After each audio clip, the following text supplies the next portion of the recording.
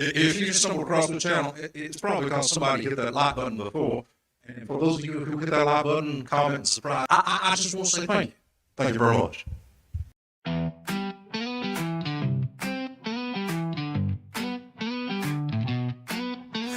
I'm not throwing away my stack. Diamond hands trying to grow my rack. Eyes on the charts, I'm tracking the pack. Market's a beast, but I'm facing the facts. Perps or spot, the choice is tight. Leverage sings like a siren at night. Hunter hunts gains, that's dynamite. But I'm not risking my spot tonight. I'm not throwing away my spot. My spot.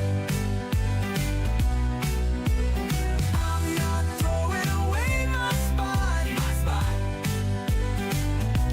Yo. Just like my wallet, young, scrappy hodlin', I'm not throwing away my spot. Perps call my name, it's a gambler's flame. Rare with high reward, profits insane. Margins tight, one wick, I'm ashamed. Liquidation hits, ice, ice, baby. Spots my rock, no debt to repay. Buy the dip, stack sats every day. No sleepless nights, watching candles sway. Holding my spot, that's my play. He's weighing odds, checking the spread. Perps could moon or leave him for dead. Spots a shield, keeps his head fed. Rise up, trader, what's in your head? Dream of Lambos, a wallet that sings. Perps could soar on golden wings. Crash cuts deep, spot holds through swings. To Gen Hart fights, but my spot clings. Tay till dawn, Mac tight. Swing for stars or keep it polite. Market hums, candles glow bright. Trade my spot, watch my stack ignite. I'm not throwing away my spot. My spot. I'm not throwing away my spot. My spot. Yo, I'm just like my wallet. Young, scrappy hodlin', I'm not throwing away my spot. Crossroads call, perps tempt my lot. Bull or bear, I'm writing my plot. Market's my stage, I'm trading my spot. Hold my ground here, I'm not.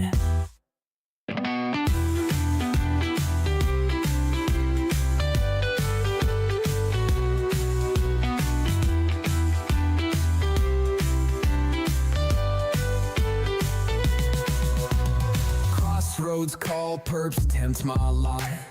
Bull or bear, I'm right in my plot. Market's my stage, I'm trading my spot. Hold my ground here, I'm not.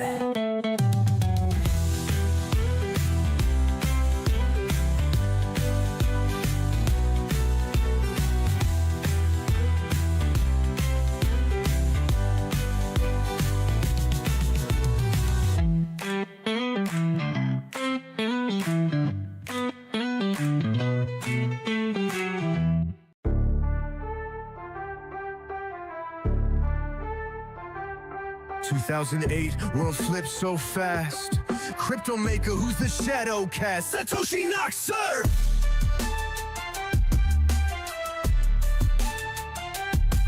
Pardon me, you Satoshi Knoxer.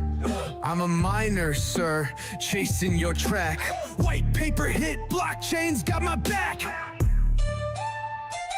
Sir, I've got some queries about your crypto play. Mind if I step in, join the fray? That depends, who's this at my door, sir? You're a miner? Talk less, work the line. I'm the shadow code, mystery's mine. Satoshi Knoxer! Who's this kid digging through your plan? Satoshi Knoxer! Stay low, ghost of the chain, man. I'm all in, sir, blocks piling high. P2P vision lighting up the sky. What's your move, huh? What's your aim? I'm a hodler, sir, staking my claim. Keep it quiet, kid, prove what you hold. Hash rate's king, don't crack, stay cold. Satoshi Knoxer! Who's this kid digging through your plan? Satoshi Knoxer! Stay low, ghost of the chain, man. Satoshi Knoxer, 2008, rewrote the score, sir. Satoshi Knoxer, crypto king, gone no more, sir.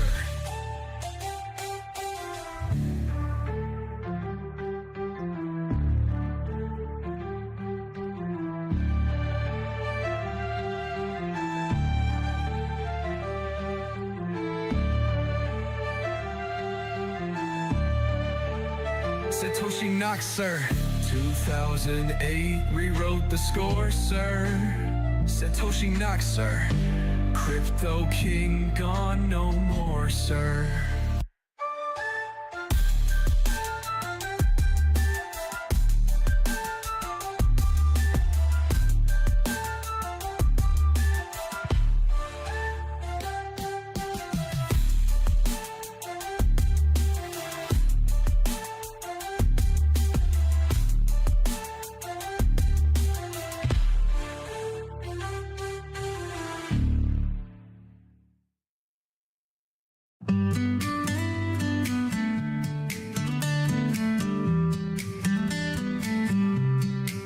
I bought the dip, thought I'd ride it high, Bitcoin bloom. Check, 1 2 1 2. Then it bled me dry, holding tight. Nights a low hum, market spins, I'm going numb. Chase the green, you burn to red. Wallet full, now an empty head. Round we roll, can't cut the thread. Stuck in this blockchain bed. Couldn't cash out, charts burned down. Crypto cycle spin, round and round. Market's cold, can't let go. Hypnotized, moving slow.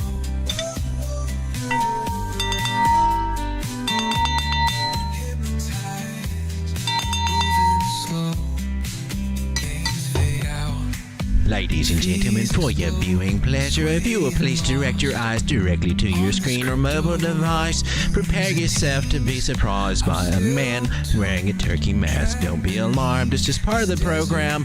Please do not run away in fear. Thank you.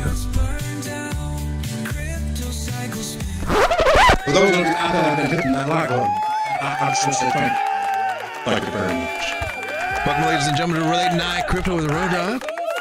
Right behind me, I've got the weekly bubbles up right now, and we've got some green going on. On the weekly top 100, we can see a few interesting things going on here. Cake is up 70%. That's good. I mean, it's down like, 70 or something percent anyway from where it was. But hey, you got to start somewhere, right? You get knocked down, you just got to get right back up and start climbing. Some exchange tokens, you're looking for categories to get in and stuff, and it's good to kind of have a list of things to look for, and exchange tokens have always been one to do well, so that might be something to put on your list. Either decentralized exchange like Cake, maybe one like Crow, or any other that you might think of. One of them, I believe there's one that's been taken off pretty good today. We're going to take a look at that. Not that we want to chase it or anything, but hey, look, Caspa's up 25% for the week. That's hard to believe, and Adam's up 29. Well, good for you, Adam. You need a break. Now, for the daily, we got a little bit of a mixed bag, but Cake is just Cake. You're back up to 252. I don't think I got to play on Cake right now. I think that's one of the ones I cut. Ain't that just how it always happens there? I'm pretty sure I'm not in that one anymore. Well. You just can't ever get it all perfect, can you? Look at OP back at 87. That is so horrible to be there on that low again. She was up at almost $4. What was that, last year? About this time last year? Down a lot, right? A lot of these altcoins got hit a lot from a year ago. A year ago was the best time probably to take exit and get out of them. Hindsight's always 50-50. It is what it is. You do what you do, and you just try to learn from it. So maybe next time when you're saying, dang, look, we're doing it right now, baby. We're good. I'm thinking about Lambo. Hey, woman, you better straighten up, man. Yeah, I'm just saying, this is life-changing money, right? Oh, if anybody had that argument, I bet that's not going over well right now. Whoa, ooh, that would be spicy. You see how quickly things change in crypto, and how quick that wealth can come and go. Well, the only way to keep it is to lock it in, and I think that's something we all can probably look back and say, well, I probably could have done a better job. And if you're saying like, oh man, I nailed it, well, I'm like, well, thank you for being here anyway. Maybe we should get some pointers from you. Welcome to the stream, everybody. Let me say hello to everyone. This says in a weird accent. Hey, how's it going, everybody? We got Floki's Angels was first here. I noticed last night. Is this why? Is it working now? There we go. It wasn't working last night. I saw that on the repeat. I was checking out my show for a minute. Checking voice and quality and stuff like that. Make sure everything's coming out all right. Logan's Angel says, Road Dog, love your show. Thank you so much. I never get tired of that comment. It's nice to feel wanted. We got Chris Klein, Joe from Trade Intuition, fellow YouTuber. Go check him out. There's a way to put his links in there. I don't know. I'm not fancy on that stuff, but it's set up there. I don't know. Jay Volick knows all that stuff. Hey, we got Strega Hart. Joe says he was second, I think. Chief and Keith. Welcome to Stream. Shout out to you guys. Do Audi C. Hoolan, how's it going, my man? Board PC guy. MG Motorsports from around the world. Glasshopper 77. Who else we got? Hey, there's Haven. Eat more chicken. There you. Oh no. You're talking about my girl. You ain't seen my girl. Yeah, you've probably seen my girl. Sometimes I bring her out here. I knew I had a side chick named Cassie, but you know, we kind of parted ways lately. It's a sad story, but that's all right. You know, I've got me. Cassie will pop in every once in a while just to say hi. Hey, Cassie, how you know? But this is my new chick right here. This is my new side chick over here. Hey, baby. Hi. Hey, wait, Haven, welcome. I'm glad to have you back, man. Glad to have you back. And you couldn't have nailed it better. As a better time to start looking at altcoins or even Bitcoin, really. Abby Medina, thank you so much, my man. Abby says the crypto bull run is still going strong. This is a great time to learn and grow. Subscribe and join this amazing community today. I like the way you're talking about that.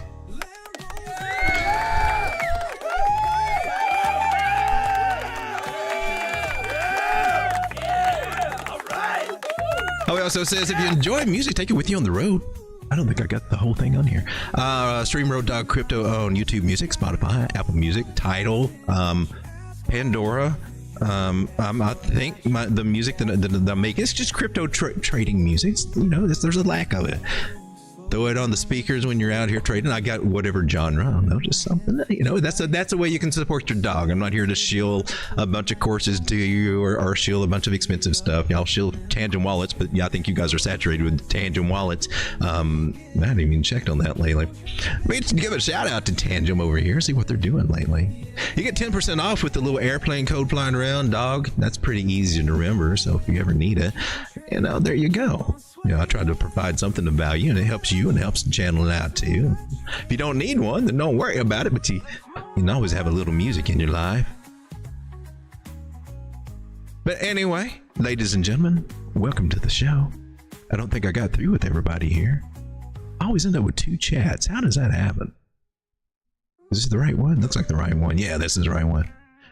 And there she is, Jay Violet. How's it going?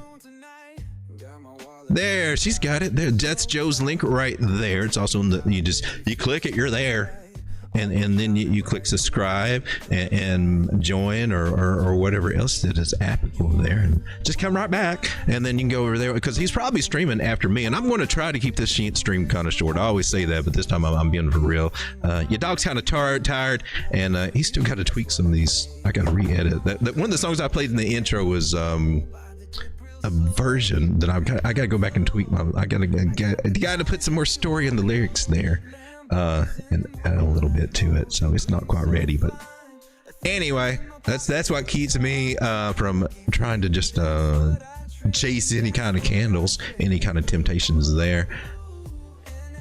I don't think I left anybody out. We got Strega CJ Nis. Hey, or Straight Vaping. How's it going, my man? I didn't forget about you. So guys, well, we got a little bit of it's not bad. I think didn't we had some news going on today? I don't know. I was at the dentist office or a sleeper at the dentist office. My whole schedule's kind of messed up right now. Here I am on the 4-hour time frame from Bitcoin, and you know, this looks good. This looks pretty nice. We get to 1 hump, a 2 hump. I might get to 3 hump and then a little dump. I don't know. That's the rule of thumb to look for. It's like Elliott Wave, very simplified. Very simplified. 3 humps and a dump. because if you don't understand, that there are generally 3 waves. Sometimes that third one can look. I mean, this could be the top of the third one and it's come on down. Don't get it twisted. But if Elliot, that concept, and even this little indicator over here that you can get on the TradingView, it doesn't always work for everything. Sometimes you gotta zoom out or go to a different time frame. Apparently it's not working now, Elliot. That's why we don't hang out with you, Elliot. We never know when you're going to show up or not, man. That's why we don't ask you to the picnics. Anyway,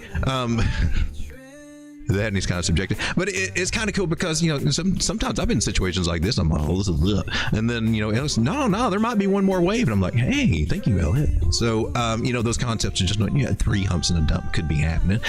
And we just got to watch closely on trend lines. But look, we're in the middle of this Ichimoku cloud, and that's always fun when we're in the red one, coming in from the underside of the red one.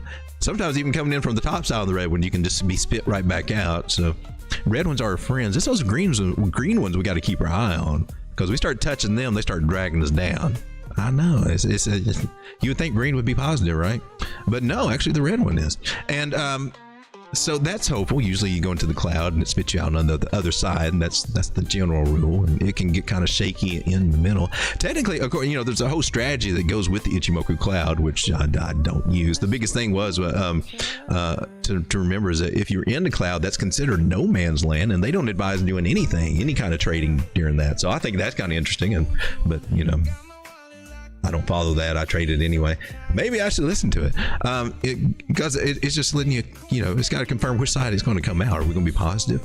And if we come out on the other side above a little green thing and it starts looking like it wants to go up, and it's following price action over here from 26 candles ago technically, but I mean, I like the indicator. I just got it bare bones, but it helps me stay on the right side of things a lot of times.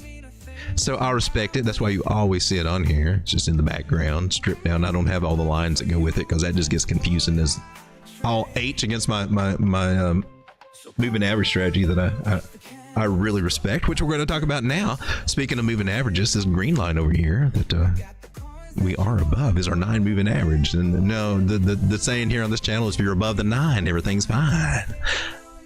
And 4 hours says everything's fine. Now we are below the 21. We're sandwiched between them. So the people that are trading just the 21 and the 200 trades, they're like, oh God, we lost it. This is it. This is not good. We're going back to 200 and then it's over. They can't. That's the beauty of the 5 moving average system that we use here, is that, well, we got the extra insight. Well, we can get some support here.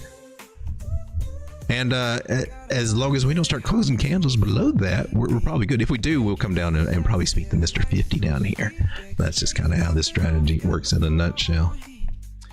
Some 1 hour time frame, we did lose that little guy, but I do want to point out this very important fact that can be beneficial. It can also complete and go over on this, but usually, the moving average is following price basically, and it's calculated from the last 9 candles. And sometimes it can be above, sometimes it can be below, and whatever. But usually when it's above there, we got a chance. If there's no bearish crosses of these other moving averages over the bigger ones, then we got a good chance. And these guys crossed the 50 and 100. That was cool. 50 crossed the 100. That's kind of not on our favor. We can see we can come back and touch these guys over here about 83.6, something like that. But hopefully get back up here to 84. That's at least what the moving averages are kind of suggesting. And with the slight chance that it might get a little stormy weather here, we might wick down to 82,600 according to this. Now in the 4 hour, I drew a trend line, and it doesn't look this pretty here on the 1 hour. But my personal opinion, wherever you draw your trend lines on the bigger time frame, that's the strongest areas there. And we get our angles just kind of right, and then there's a few other things that we can do here. Help us out. Maybe we can, move those angles down to some wicks, and a lot of times you'll see that they line up nice if you do it right, or most situations. And if they don't, then maybe it didn't. Yeah. Maybe it's me. But we get a little bit more room to work with there, a little bit more of an idea. But candle bodies, way to go in my personal opinion.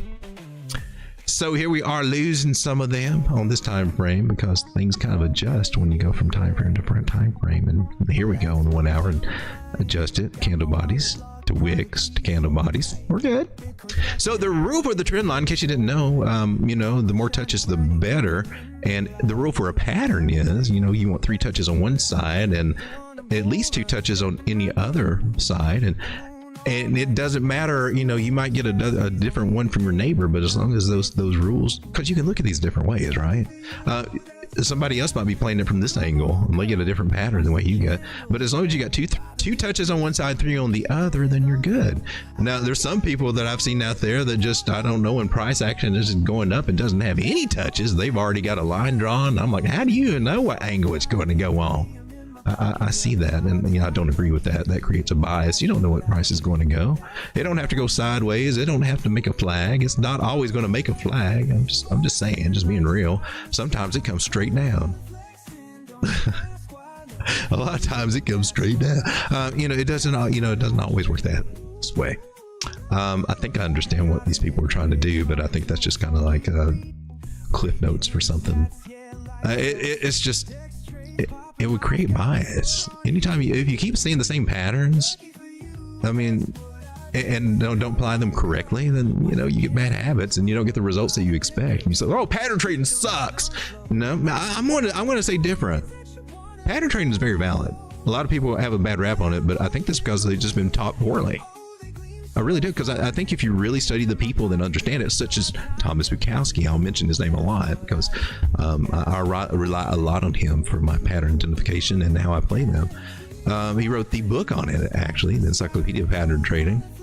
I should get a link on Amazon and shill that little baby as much as I talk about it here. See if we can get some kind of I'm just not into all this. There's probably a lot of marketing stuff that I miss on this channel and stuff, but it's just not what drives me to push that way. What drives me is to come on here and talk about this stuff. It wouldn't be as fun for me if I have to sit up here and keep saying every 5 minutes, join my trading group. I don't even like to say, hey man, hit the like button or anything. That's why we. Well, now we got Avi Medina doing it, so I don't even have to call on my old sidekick. For those of you out there that have been hitting that like button, I just want to say thank you. Thank you very much. See, I forget to call him out to do it, so he's just always sleeping all the time. Anyway, it's looking kind of interesting for Bitcoin, and we're trying to get above some other levels. And as we've been kind of calling, and a lot of people have been calling this and seeing this in the charts too. A lot of people, are jumping on this idea that we might only come up a little bit and then roll over. The question is, how far can we get up before that happens? And that's very legitimate, because until we actually knock out at least this high, maybe we can get some action if we can break this one, but that's not quite enough that we need. But breaking that one will give us a little bit more hope that we got a change of sharing going. But really, the one that really matters is our all-time high. If we're not going to break up above that soon, then we're either in some wild ass manipulated range probably, or we're in a downtrend. And clearly, if you follow the rules of what a trend is higher or lower lows and lower highs, we are in the downtrend. We still are. It's not confirmed. A bottom is not confirmed, not officially confirmed. Whether you want to call bottom or call possible bottom, it's not confirmed until you see a change of trend. That's just it. I'm sorry. That's just. Well, that's even common sense right there. So here on the daily, this is what we're struggling with, is getting above that 200 moving average, and we've been struggling with it for way too long, and that's not great. That's just letting all these other moving averages come down and possibly cross over that 200 moving average. The 9 already has. The 21 looks like she wants to curve around. The 9 is curving around too. So it's suggesting that maybe the bottom's in, but even it's not confirmed on this indicator on the moving averages. So anybody calling for a complete bottom right now is just, I don't know. They're just very hopeful, or, probably get their asses handed to them for not waiting for confirmations, because that's a hard rule in this game. That's the most true rule that you need to always follow. You can't always be, well, it's got this little shape. Well, yeah, the shapes also have confirmation levels, and whoever you learn patterns from should be explaining that to you. And if we follow trend lines here with all those touches, ooh, that was a fake out. That's not that I don't like. We had some other wicks over here. They were technically fake outs. I guess if you go from wicks to wicks, we might be okay. But still, that's for the bulk of things. That's not great. That's not great. That could mean a stronger move to the downside. It could. Things I look for, how I interpret it. So we're hoping that we'll get some support at the 200 moving average, or this kind of trend line going on here. Either or. Ichimoku Cloud suggests choppy, which I think that's, we can agree that we're choppy. Look, shoulder, head and shoulder to the upside.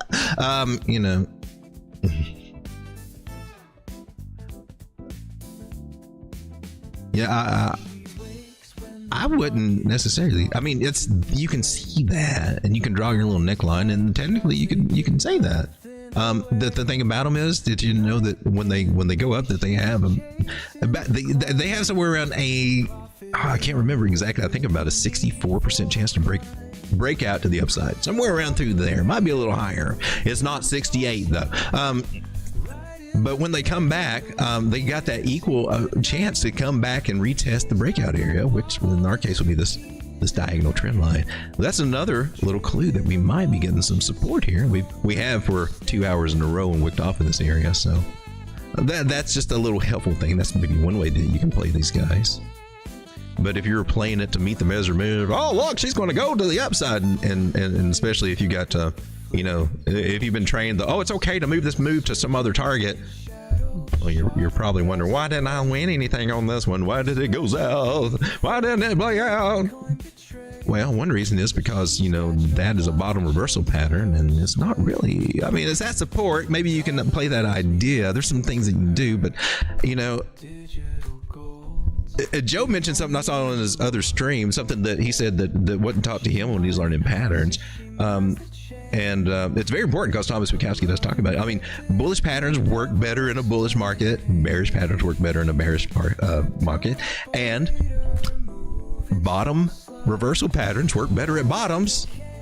Top reversal patterns work better at tops. If you try to put a bottom reversal pattern in a place that may not be considered bottom, may not expect those bottom results.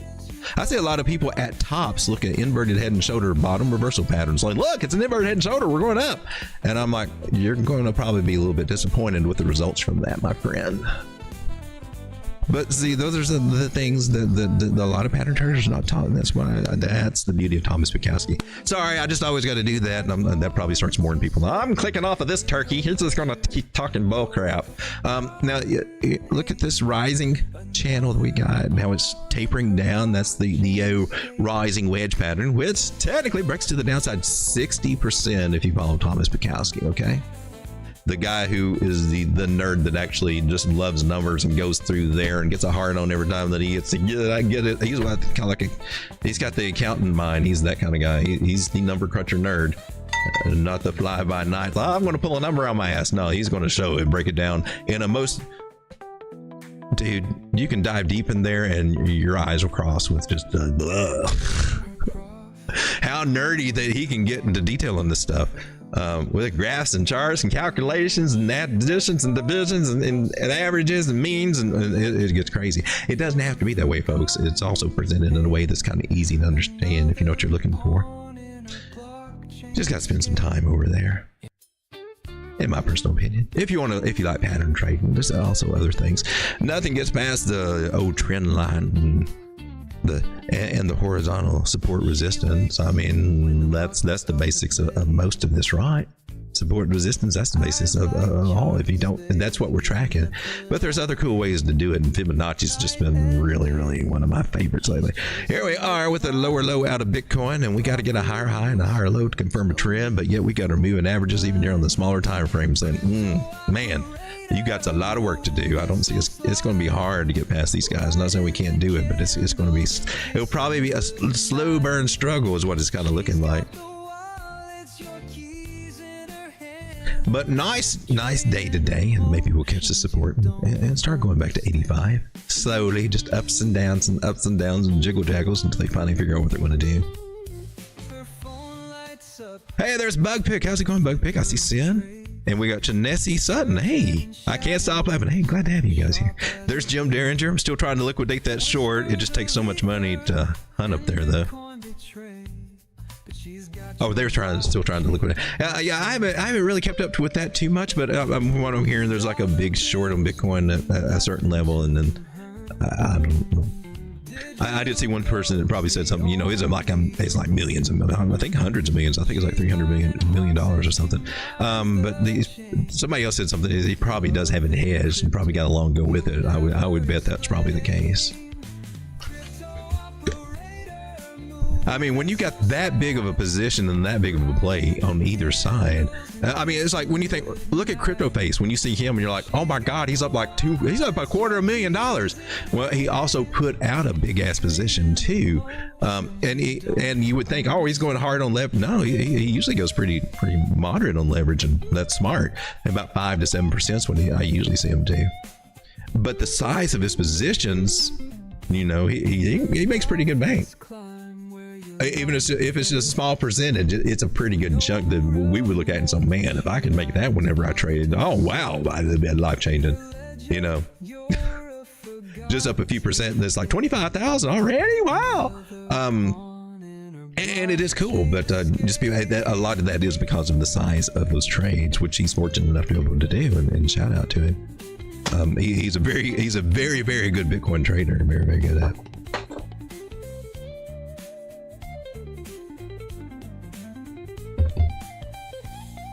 But anyway, going back to the billionaire guy or whoever, I mean, if they just wouldn't take just a few percent, 5% or whatever, if they got just even a little bit of leverage on it or whatever, I mean, that's the life of that, right? You get, let's make let's make 30, 40, 50, maybe $100 million off of this little move, and we'll play both sides. I don't know. We got the bigger players in here, and they're much better at playing it than a lot of us, to be honest with you. So, ladies and gentlemen, let's take a look at the indicators over here and see how we're doing. We see that total 3 is still not got a breakout yet, but it looks like she wants to, try. And all I can do is just give her some encouragement, baby. You can do it. I know you can. You better do it. All coins are needing some help. Hey, look over here. Look at S&P 500. This is a good sign. Now, she didn't come down to the 382 Fibonacci. She may roll over. That's an idea. We're thinking about Bitcoin may go up and then roll over too. Could happen. We could be seeing that. But this was also, I'm not sure if that was a fib. I think one of these is, there's another fib level up here. I'm not sure if I've got it really spelled out or not. But if she can claim it, that's good too. And we might come up here in range a little bit. But that's good. She found some support here. It's like a 618 or 1618. Yeah, so she should have met that should be a good place for her to catch. It really should, and start working back up here. So that'll be good. That'll be money coming into the market, and so we should start seeing Bitcoin have a better week. But that doesn't. And a lot of people are going to look, oh, the bottom's in, we're ready to go, and I'm not sold on that idea. I'm not sold. There's still that possibility, and if that is possibility, because the world is still crazy right now, and I know it's just.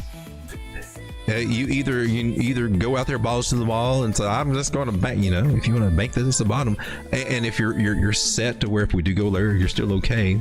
Well, that's fine. I want to make sure that I'm good in case we still go down to anywhere around 70,000 or 60,000, 68,000. I don't think that. I hope that we don't, but it could be on the table. And if it does, and I'm sitting here and we're sitting there buying all these green candles, I mean, you're going to feel it. I mean, you think you felt it from last March to now, or just what happened from December to now, man. I mean, it can get worse. And we know the altcoins, they just keep oscillating. They just keep going up and then coming right back down, going up and then coming, giving the gains right back. So I'm just got, at some point, you're just like, wow, I don't even want to chase it anymore. And that's a good thing. And for the last few weeks, people have they've been chasing on the weekends, and I remember weeks and weeks ago with the stream, I was like, no, I ain't chasing, And I'm still not. I'm taking profits up because anytime I think, well, this is a good deal, they keep adding and adding, as it goes up just a little from I mean, it just puts you back in drawdown quicker.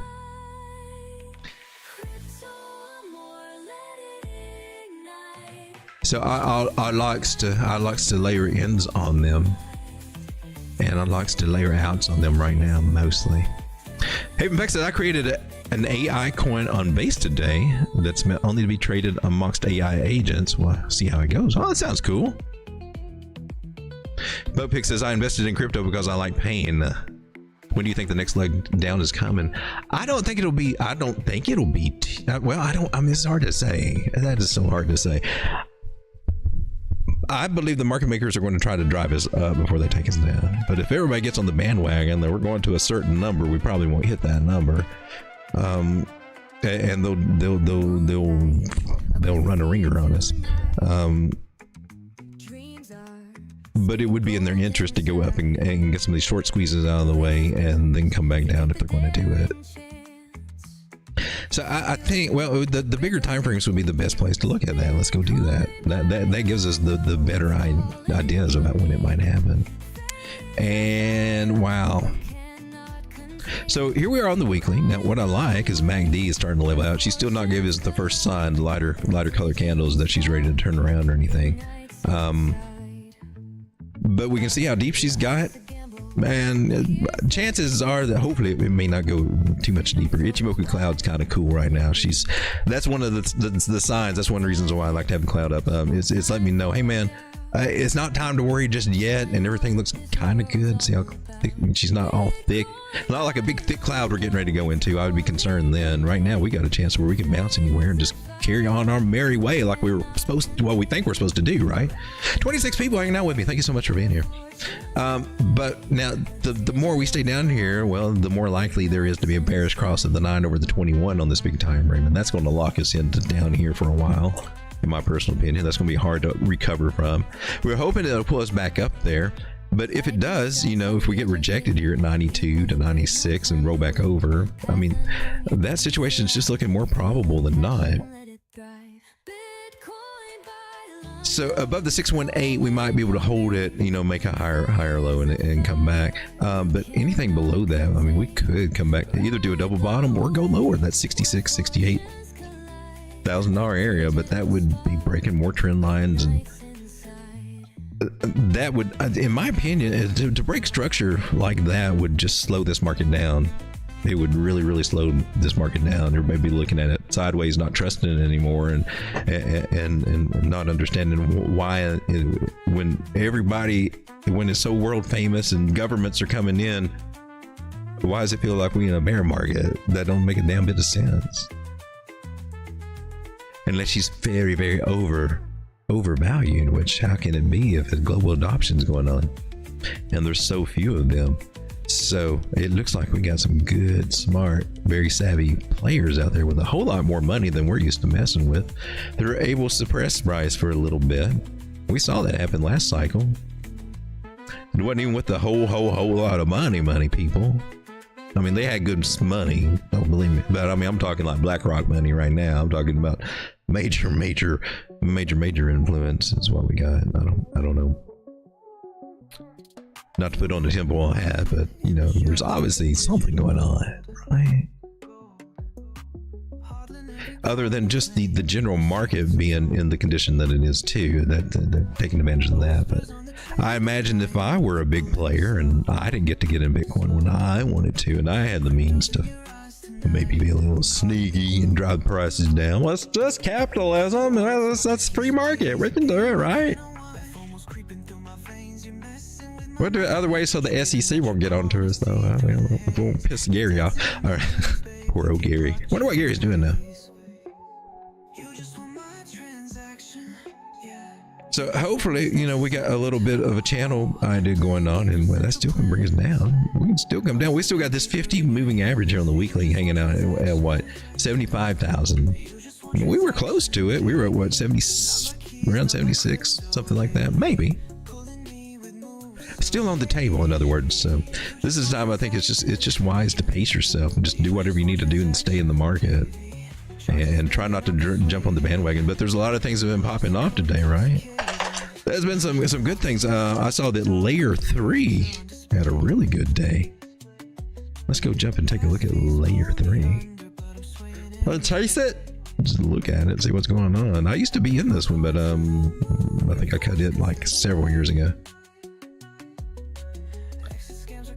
Where are okay. And then Layer AI, I haven't looked at that one lately, but that one, what happened here? Now I got nothing. There we go. There we go. We got it on KuCoin. Wow, look at that. This is the 1 hour. It was at 51 cents. Now she's at 79. Ooh. Look at that. She's about to flip it. Well, she did flip it green here on the 4 hour. That's kind of cool. She might have a little bit more gumption in her to get up around 90 cents or so, but there will be a pullback and retest. There just always is. It's going to go up forever. I don't want to miss out. That's what we hear in our head a lot of time. I need to buy something anyway. It's a winning coin. Well, look at that idea. We follow this trend line from over here. We got touches here and touches there. That's right at resistance right now. Looks like a really good time on the 12 hour for us, you know, for this one to start getting some rejection here. That's just one idea. It does still look a little bit bullish. Let's take our old fibs and measure this old girl down and see what we're testing. That 382 needs to do that. I think there might be a chance to get her back somewhere, maybe around 64, 65, 66 cents, and see what she does. She might be making one of them bottom patterns. Look, shoulder, head, shoulder, to the up. Inverted head and shoulder is what it's actually called. It's not called a shoulder, head, shoulder, but that seems to be the catchy phrase. And if you're fortunate and that does happen, I mean, you can project, but there's no confirmation. We can project and look, it could be, but to say those is, you know, call it that way, it doesn't have to do that, people. And you know, you can easily do this, and we can just continue right on down with a new trajectory. So that's one thing that's very important when it comes to pattern confirmation. You can play them, but the coolest to call it a possible pattern or a possible idea. It's something maybe to keep your eye on that might happen. But I you know, I've seen the bad habit of people. Well, they're going to do this, and then you know, for the new people coming on, well, he knows what it's going to do. Yeah, I think I've seen that pattern too. I think it's going to do it too. I'm going to go ahead and jump in. I mean, newbie mindset. I mean, remember, we've all been newbies. We do stupid stuff as newbies, right? And we're very influenced as newbies.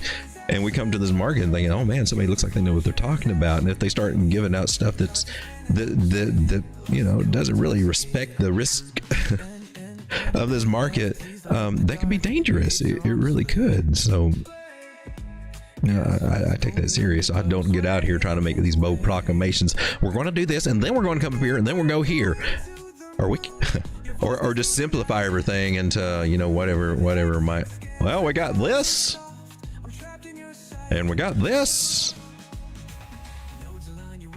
and we'll take a measure move and go to the upside. Let me put it right here. We could see sitting. We could be looking at $1.80. I'm like, where the hell did that come from? I mean, I can make an argument proud to get there, but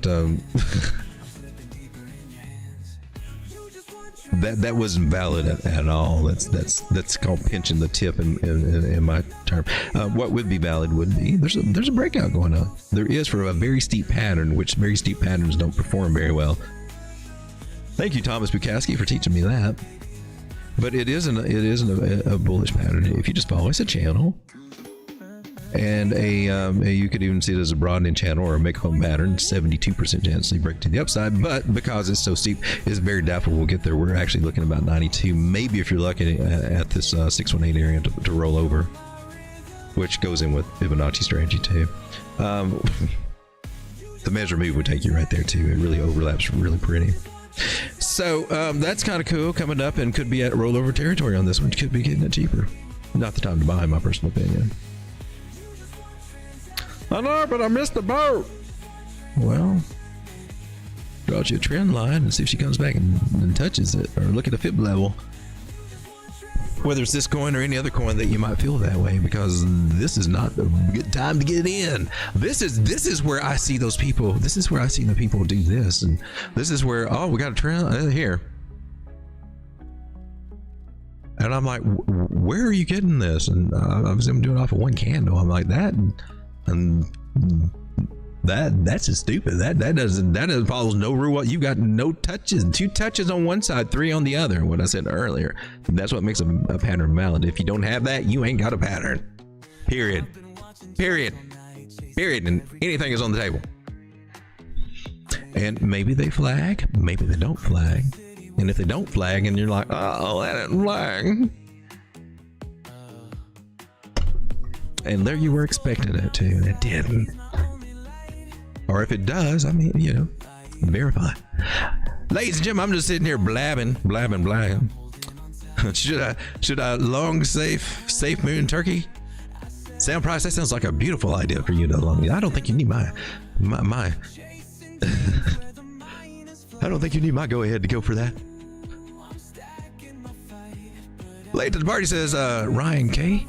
Too many Reuben sandwiches. Man, I hadn't had one of those in a long time. And today would have been a good day for that. Gosh darn it.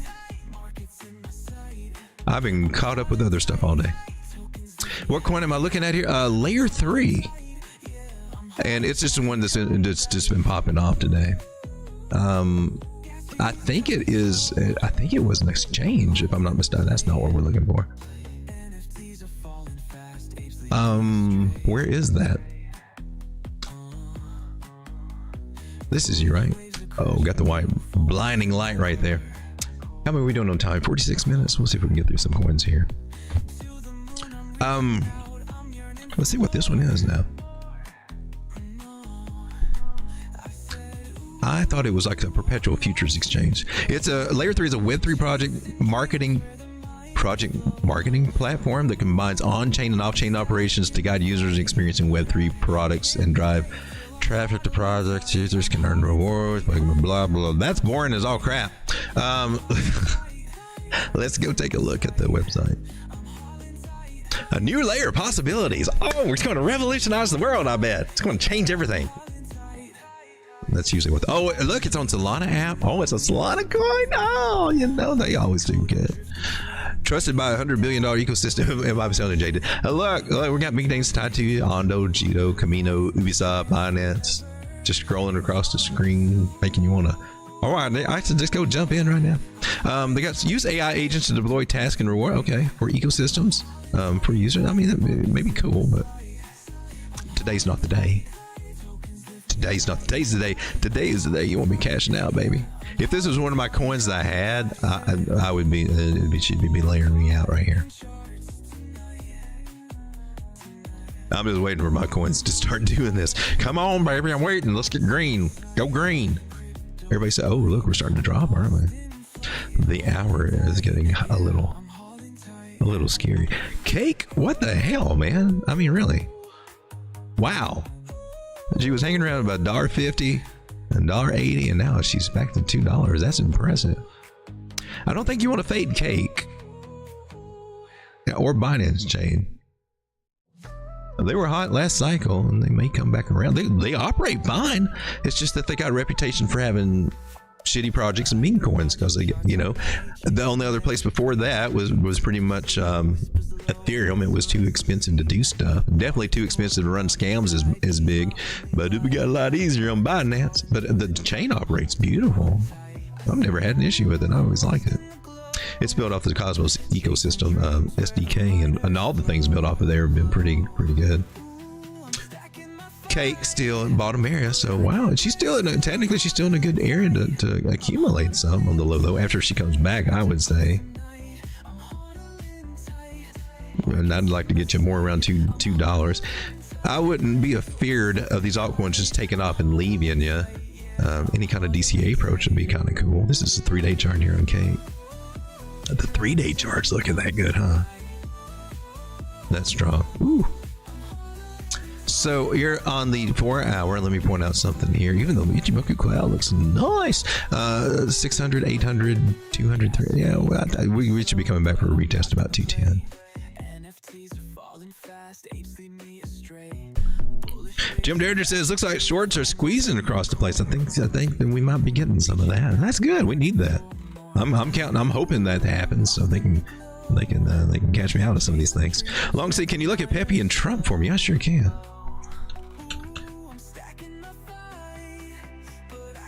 Pepe has been down, like everything has. Everything has.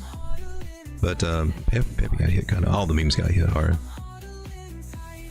I guess we got perpetual futures. I like spot better to look at, but I know some people say the futures are pretty good to look at. Or where it's gonna go. I'm not against that idea. Well, this is cool. I like the 3 moving averages here. That's good. That means I would expect us to recover. Because I'm on the 12-hour with that. Here's the culprit right here on the daily. We got the Miss Lucy. We just crossed over. Little Miss Lucy, that little devil girl that just likes to bust everybody's bubbles and balloons. The daily looks healthy. Above the 9, everything's fine. And reclaiming the 21. And the devil. Right, if you rise above the devil, I'd say you're probably having a pretty good day. So that's cool.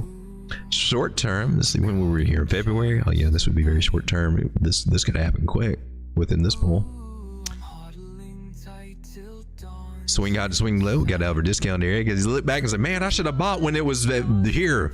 I should have bought when it was. That's what goes on when you're, that's why this is one of the good areas to try to look for an entry, because when you get out of it, it's like, oh, what a crap. We may not go back there, or it might be a minute before we do.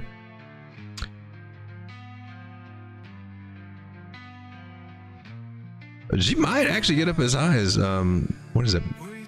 A decimal 4 zeros and a 1, but these are the 2 areas I'll be looking for. We need to come back and touch this one. Let me put a price tag out because there's just too many zeros to repeat. But the last 4, how many is that? That's 9. That's 9 numbers. I can't even think that big, that little. That. Too many zeros. And all it's got to do is mess you up and just add another digit over here. Now I don't know where I'm at. So look at the zeros and figure. So 86.99, 96.02. According to this chart, your exchange or something might not have that many decimal spots. It might just be 96 or 86. That looks kind of cool though. What is that from where we are up to there? That's pretty good. 20 to 30% gains. If she comes up to make a higher hike, and it can happen, we got the 360 moving average up there. I would not fade it. Don't fade it. We'll put the target up there. We got our nice little toppy pattern. Ooh, and that looks interesting. There's a few more up there, but she doesn't have the qualifiers for me to put it up there, or at least not yet. And that's 11,508 there. So Pepe looks. Oh, I forgot what we're looking at. This is Pepe. Pepe is down. She came down to where? 52. Okay, and the 65. Yeah, that is extremely cheap for Pepe. Extremely on the low. Doesn't mean she can't go lower or can't go higher. She can go. Let's go. Here, I tell you what I'll do. Let me do what most people do. You got the symmetrical triangle, but it's usually drawn from here. You're gonna do this.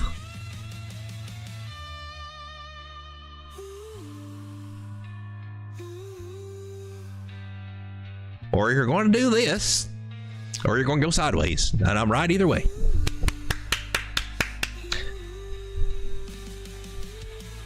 I don't know. This was the worst setups I remember from the trading group. I just remember that. I hated to see this idea. I'm like, is it really? And whether it's this way or or that way, you would see a lot of that. I catch myself drawing them because that is what sometimes the trend lines come out to, especially if you're sneaking up on them and stuff, getting in too close to them. You'll run into that. Let me flip it back the other way here. But the best thing, in my personal opinion, is to zoom out. You get a lot more information when you zoom out than when you zoom in. I don't give a crap if I got a symmetrical triangle there. I don't trust them. It doesn't look like a triangle to me. It looks more like a rising wedge, or something that might be getting ready to do a possible bottom pattern and give it enough time, she might be slowly rolling over for another double bottom and do something like that. Those are some ideas to look for, but it doesn't mean that that's going to happen at all. But if you know to look for them, then that can help you, and that's where some of the pattern trading can come in and help you.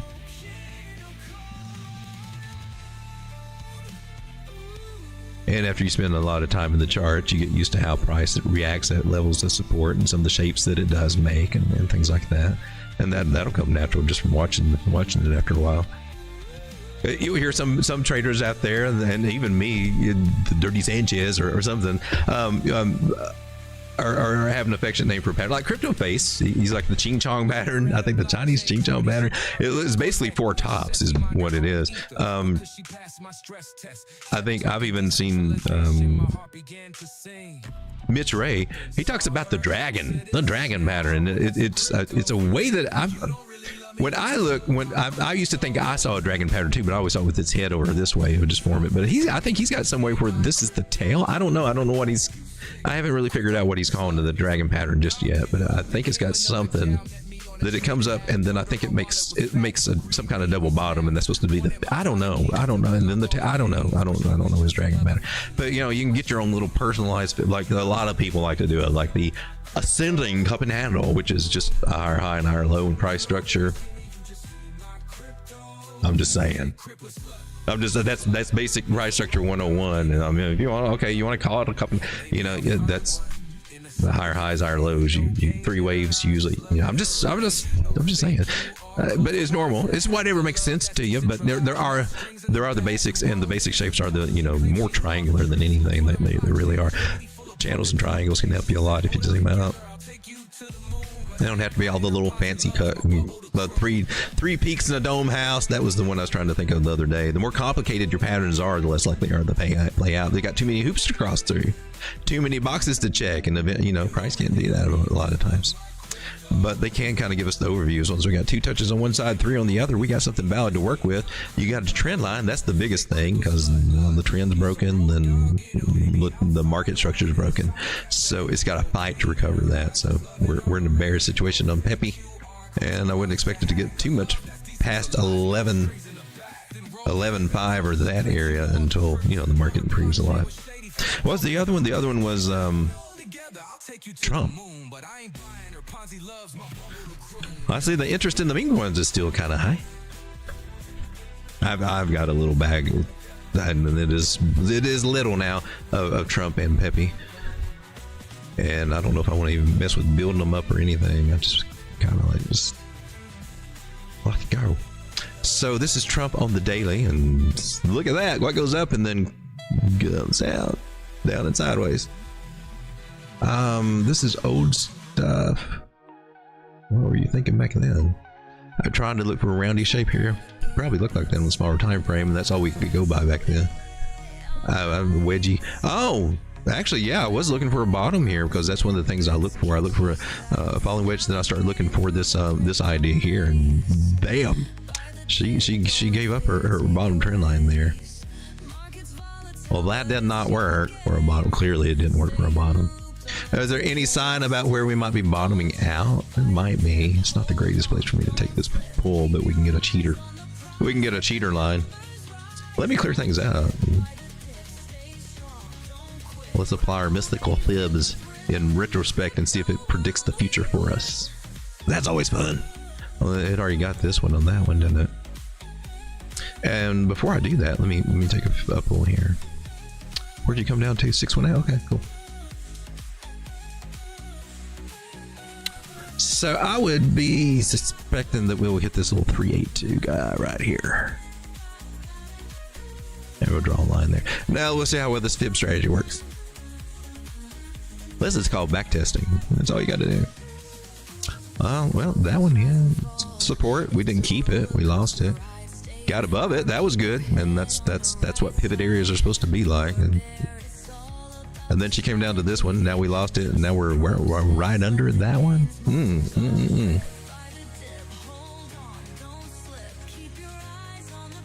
The other one that could be there's a 1618 lower, but we're probably in a little variation just off of these little guys here. So let's take that same little trick and apply it there. You want to? I have a little fun on these charts. This is how you learn if you don't know things. And some of you guys may not understand this about fibs. It took me a long time to learn this about the fibs. All I was told about the fibs is you take a pull and you look for a bounce on the 618. Oh, and then you just, when price is ever down, they just pull the fib and say, well, look, it's at the 618. We'll probably go in. I mean, you can do that, but you know, there's a lot. The fibs are a lot richer than that. There's a lot more in there to unpack on the fibs. We were looking. Well, I'd like to see where you came to, darling. I'll pull you from here. What we got? That's 618. What do we got? Oh, you're not even going to be on the register if I pull from up there.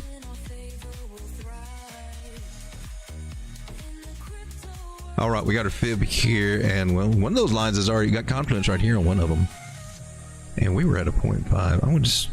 I'm gonna put these guys in here. We'll even put the 1618 just in case. I don't even think we ever even come down here.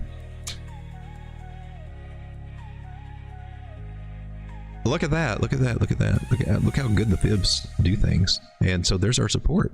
What were you? You're the 272, I believe. No, you're 1414. Yeah, okay. Gotcha. But do you see how well priced just respects Fibonacci levels? If you know which ones to be looking for, because those aren't the standard ones that come on there. Those are extensions. Technically, I mean, it's a shortcut way to.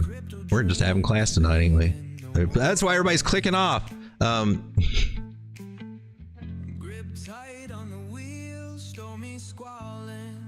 That's where you actually, you know, you got extensions. There's a couple ways to do this.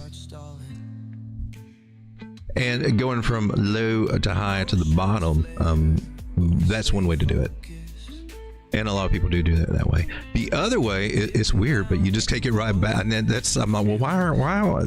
That's you take it right back, and that's the ones that I've got added onto my extension, or to my regular extension, or the ones that I would get from this pool. And if you go into harmonic trading and all that, that's how you do your pulls for that. It's different. If you do it to these things, you're not going to get it right. You have to do it to his. From what I'm gathering here so far, which I'm not a harmonic pattern trader just yet. We're working on learning it. I'm just taking it very slowly. I do things slow because I've got too much going on in my head. But so when I do that, and then when I have my other fibs, you see how they line up.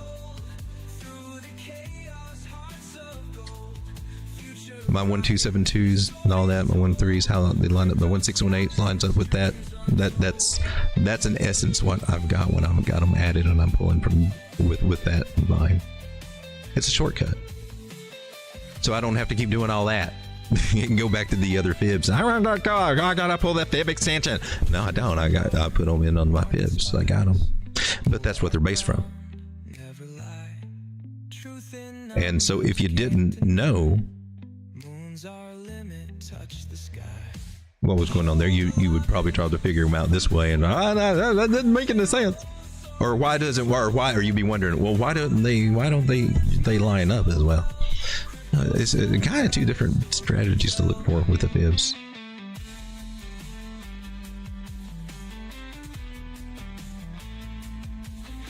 So here we are with Trump down at about $11, trying to get a little breakout. Probably on time frame there might be a little retest of a breakout area, but for the bigger thing from wick to wick to there, that's what we got. Now what we go candle bodies.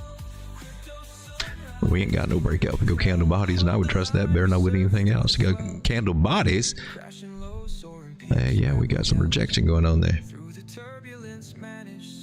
Not so much of a breakout hope, is it? Just yet. That means bad. Just being, hey man, it's just ain't its time. Oh look, you did the one that you're supposed to talk. I'm going with my trend lines right now. I know I'm not calling a symmetrical triangle or anything like that, but I do find that I am running. Well, I mean, it's either that or we zoom back out here, which is fine too. Then you got a wedge pattern with a partial decline idea. That's what we need to be looking at. It's a partial decline idea. because that would be getting ready for a breakout. And what else would give us a sign that we might be getting ready for a breakout, that we're just being a little lackluster right now? The moving averages, I mean, they're still underneath the 200, so we're still bearish. So likely we will be coming back down here about 1050, 1060. Got a rollover here trying to happen with the 9 and the 21, although the 9 has not yet penetrated the 21s. This is riding it like a humpback whale or a dolphin. We can bounce it through here and work our way up. But you got a bullish cross here, 50 over. I mean, you got some things going on that suggest that, you know, it may not. I'm not worried about it coming down to $9 at the moment. That's what I'm trying to say. But she does look like she can come down just a hair. Just a hair. And yeah, that's 618 may come into play. The 0.5 may be holding, just depends. We're not really as bullish as we were. We've been in the downtrend in the market, so you know, as much as I like for the 0.5s to hold, we may start seeing some 618s and 786s again. So I would think maybe 1060, 1067, 1065, that area, if the $11 area breaks. It doesn't have to. You got a trend line there too, I think. Or one that's really close to it. Glittering Marshmallow says, "Don't force patterns." Exactly. And yeah, that will. I'm gonna pull up the wrong thing there. Let's see if I can pull the chat up. Don't force patterns. Yeah, that's as a pattern trader, that's one of the first lessons you should learn. Don't force them. And how do you know if you're forcing them? Well, you look at your touches and zooming out. Zooming out is the best way to find your patterns, and that was taught to me when I first learned patterns and stuff. I didn't know, I didn't play it that way, but you get to play patterns inside of patterns. But the big pattern that counts. If it's got resistance, your little pattern inside is not going to perform as well. And I don't think that's coming across. I see people do that. That's where you get, well, you got this and shoulder, head, and shoulder, and this and that, and I'm Adam and Eve. Again, I saw somebody do this. We got an Adam and Eve, another bottom pattern at a top. Wonder how that's going to work. Well, that'll be real strong, won't it? I bet that'll just 90% up to the upside. There's some rules to the game, and if you apply the rules, you get better results. If you try to make up your own rules or bend the rules, well, then you get disappointing results. It's just that simple with them. And if you follow the guidelines, then you actually get maybe that percentage that they're going to break up. If you're not following them, I see people forcing all kinds of things. Like this would probably be a cup and handle for a lot of people. But a cup and handle is a continuation pattern. If price is coming down into it, what do you think it's going to do if it is a cup and handle?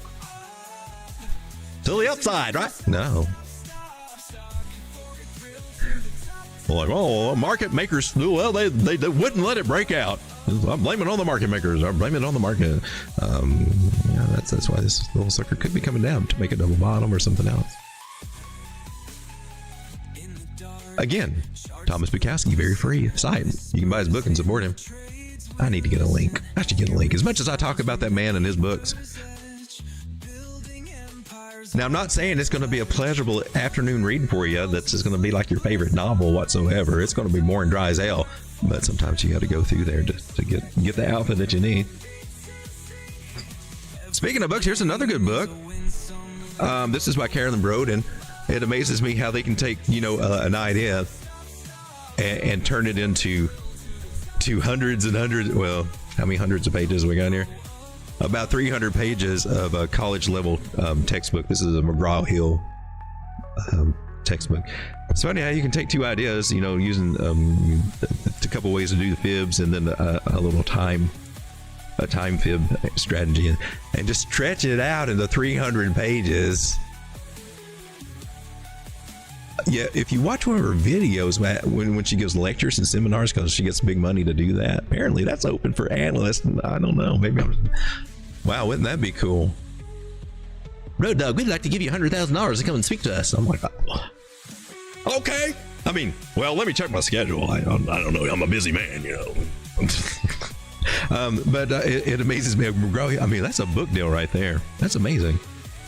But you stretch it, you could explain this probably in about, not that anybody would just totally grasp it all, but you could explain it easily within about 15 minutes.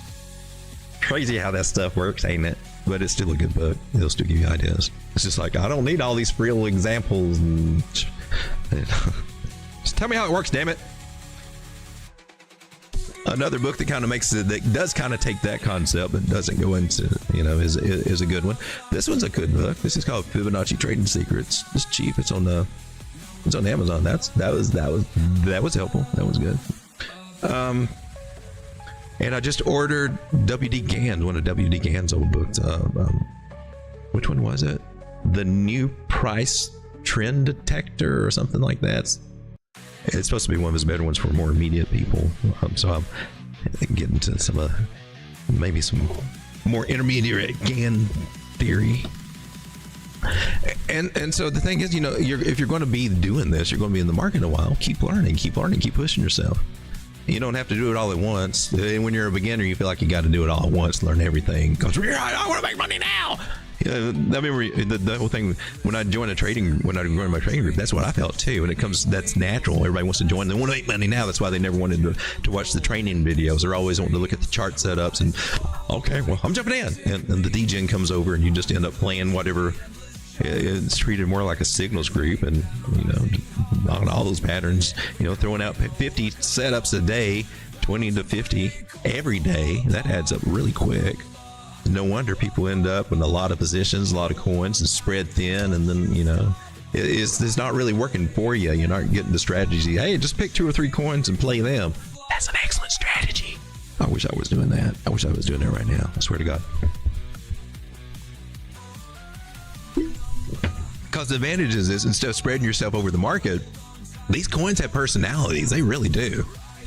And once you get used to how that they act and react, then you got a little bit more of an edge than everybody else. So if you can find one that's got good oscillation, either against Bitcoin or the dollar, which a lot of them have some downward oscillation. And what I mean by that is if you can find altcoins that are basically kind of doing something like this on their charts when you zoom out, rather than just doing something like less. Because that didn't oscillate like that. That was against Bitcoin. What that says, this thing just dumped against Bitcoin and it ain't gaining on it. That one just flatline. Now you can DCA into things like this if you like the project, and then eventually listen, if they round bottoms or if they flatline for a long time, those are the ones that usually get the most explosive moves. It's scary though, because and the greats say that too if they're flatline. But the scary thing, if they're flatline, now they're not dead. Well.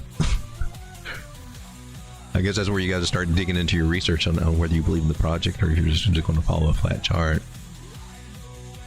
But there's some opportunities like that in altcoins right now, definitely. But like, I'm boring everybody tonight talking about all this stuff. What's going on, everybody? Dork Poster Patterns, Warthog Thunderbolt. Hey, how's it going, Warthog? Dave P, how's it going, Dave? Auto Poncho, seeing some familiar names here. Main and BX. SL, their stocks. I'll look at stocks. Jim usually comes out with some bangers here that have a good potential future or a good chart, or both. Main, I'm guessing it's Main Street. I got a lot of mains here. Oh, well, I don't have a lot of mains. I just got 2, so I'm going to go with and then there's Feed Mill. I'd say it's probably Main Street Capital is what we're looking for. I'll keep an eye on the chat. I got my tablet down here looking at the chat so I can keep up with you. Hey, there's Dave P. Oh, look at well, I keep putting up the wrong thing for the chat. Why is that? Boomer. There we go. That's a good book. Master Chart Patterns, learn trading strategies from the pattern. Man, you do good at this job, Bob. Hey, you really did. The Pattern Site by Thomas Bukowski, thepatternSite.com. I'm telling you, that's a wealth of knowledge, and it's free. It's free. Oh, the site's free, and it's got all the stuff over there you'd find in this encyclopedia. You just treat it like a reference. It's encyclopedias. You don't read them like novels. You go to them and use them for reference. And that's the easiest way to learn patterns. Just look at them at one at a time. After you draw your trend lines, well, then if you zoom out and draw your trend lines, you're usually going to run up with channels and triangles, no matter how you do it. When you zoom out, that's just what you come up with. And those are very easy to find in that book and very easy to play. But he's got everything. He goes over everything. He goes over Elliott Wave. He goes over a lot. The dude's the GOAT. So moving averages look good. I'm on the 2 hour. Let's go to the daily. Oh, look at this. Yeah, so you got to zoom out and say, oh man, ooh. Well, that flag to the upside might not, she might be at resistance. You wouldn't know that unless you zoomed out, right? Even if it's like, oh, it's just a flag to the upside. And I don't consider it as a flag, but a lot of people do. A lot of people would be doing exactly like this. How many times have you seen this? Oh, look, we got this. That looks like a seahorse. That does not look like a flag. It looks like one of those stick ponies that we used to ride. I used to ride is that going to date me? I never really understood it, but it showed up under the Christmas tree one year. So, hey, okay. Is this all it does? The little stick pony. To the upside. And you know what's crazy? A lot of times when you'll see these people do these measure moves, they're not even waiting toward the breakout. The rule is you put the thing to the breakout, but you see them all, you see these guys just throwing it willy-nilly, like if there's not even, I don't know, let's say even if price came up here and we got a different trend line, which, that might change the story a little bit. They're just putting it out wherever. And especially if they're just drawing whatever line. I've seen that a lot too. They draw the trend lines without anything else, and then just put it there, and then we can get it, and that's their target. Where did that rule come? Where did that come from? I mean, that makes no sense at all. Am I stuttering a lot? I feel like I've been stuttering a lot lately. If you're taking a moving average, you apply it to the actual breakout area. That's the rule of the game, and you need to adjust it back there. If you're kind of projecting, you can always project, but make sure you move it back there to be more accurate on touching your moving average, touching your measure move. If you're not doing that, you'll have the wrong target, and that doesn't help you win a trade if you got the wrong target to go with.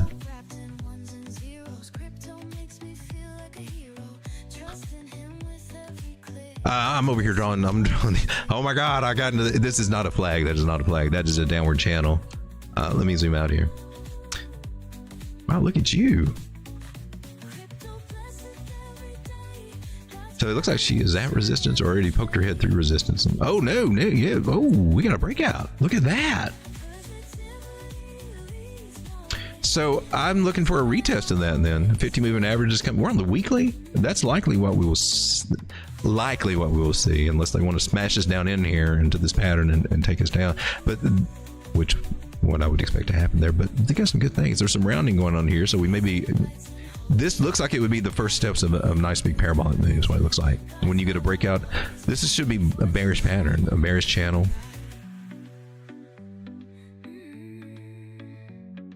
And depending on how you want to, actually even that kind of works with this being being considered a trap, swing failure pattern, or a bear trap. They had no other touches, but you can take the angles off of this line and then apply it here, and that's how you come up with this idea in back testing. And why I'm sticking with this is because, well, it did do that and it came back and retested that. So that means that we got a little bit of a support resistance, support flip area right here, and I'm cool. And it lines up with my angles. So, but otherwise, if you're just drawing trend lines, you probably wouldn't get that. You'd get something else. And so this is where angles come in play for me. You'd get something like that or whatever else. I mean, you can get all kinds of things. You can get one of these. Oh, look at this pattern. Look, honey, we're playing this. But you need to find something that's following the touches more than anything. I mean, that's a valid idea. These patterns break to the upside 60% of the time. Continuation pattern. Believes it or not. It's crazy. The opening, broadening wedge. That's what this one, 60% chance that these break to the upside as continuation pattern. So that's true. Remember I said you can have 2 touches on one side and 3 on the other. We got our 2 touches. We get more than 3 on the other. It's valid. And it seems to be playing out. You can also do, really want to pinch the tip idea, we come and track the lower trend line from what we got. And then we got a rising triangle, rising wedge that broke to the upside, which is that's one of the best indicators of a parabolic move coming, that and the channel breakout, which they're both the same thing technically when you zoom out and look at it. The pattern trading starts getting easier when you start zooming out and just thinking of it in bigger patterns and not trying to cram. I got to learn this pattern and that pattern, and I'm going to have to memorize this one and that one. It's easy if you remember. Hey man, if you learn it one way and you flip it upside down, tops, bottoms, they're the same things. And then you got continuation patterns that go in the middle. And if you zoom out, it really comes down to a channel idea and then how it's squeezing inside a channel. It just really does. So. And that's why even if you don't use patterns and just going by trend lines and follow the trend lines of breakouts and retests can be just as good. And I like how we're deviating from that. Yeah, I do. I think this one might be going parabolico. Something like the lines of that is what I look for. But now that I drew this on here, I'll probably curse it and it'll just go down and sideways forever. Moving averages look good. That's the weekly right there. So, oh, look, has it already happened on the 4 hour? Did you already retest that area? It may have already retested it. So you'll have to chop around here a little bit, but overall looks good. So you get your ideas on the bigger time frame, then you zoom in and then you watch them play out. It's how that's the best rules of the game. Top down is how this kind of moves. I have to keep saying this because there's other people out there saying, no, go with the 1 minute. The 1 minute is going to tell you what's going to happen on the 5 minutes. 5 minutes is going to tell you what's happened on this and that. And it doesn't really work that way. It doesn't work that way. It's just a chain of command from some bigger time frames down to the smaller ones. But you also got information coming up from the smaller ones to the bigger ones, right? They get all their information from the foot soldiers and all that. The generals do, and to make their decisions. So it's a two-way street. But don't forget who's in charge. The bigger guys are in charge, and we just come down to the smaller guys to see them execute what the bigger guys are saying. That's the best way that I can explain price action in using multiple time frames, because some people don't even do that. Some people just strictly trade the 4 hour or strictly trade the 15 minute. And when I first got in this game, that's how I understood it to be played. It wasn't until I started getting in, people started talking about multiple time frames, and that was like, what? I don't understand. No, I don't get it, because I got this here and it's not on the 15 minute. I don't get it. It's not that. If you think too hard, you're not going to get it. But if you just kind of remember what holds weight and what doesn't hold weight, it makes that idea a whole lot better. It's bigger time frames. They're the generals, the bosses, or whatever over anything smaller. Just like the bigger moving averages. That's why I look at these bigger. The same thing. They got more weight. They got more authority than these smaller ones. So when I see that they're going good, I'm not as worried about. I mean, we could even come down and touch them and maybe even go below if it got really bearish, but we'd still snap back up. But more than likely, it's going to respect them and continue the momentum up. So the bigger value things. I'm teaching tonight. This might as well be chart school. Answer Me says that also if action happens under the 20-day, usually bear or over. Yeah. I use the 21, but yeah, that's another one, and that's just a fraction of the 200 when you look at it on average. And that's a reason why a lot of people use the 20, and one reason why people use the 20 and 200, or 21 and 200 even average together. Some of us go with the 21. Some of that goes into a little bit toward Fibonacci ideas or theories, or just the number. Some traders are very superstitious. I think a lot of us, I think we are to have a little bit of something there. But the sacred geometry and the numbers and stuff, I think there's something to that. So I don't know. I use 21. 20, 21. They're so close together that it doesn't matter. For real. 20 is what they use on the Bollinger Band.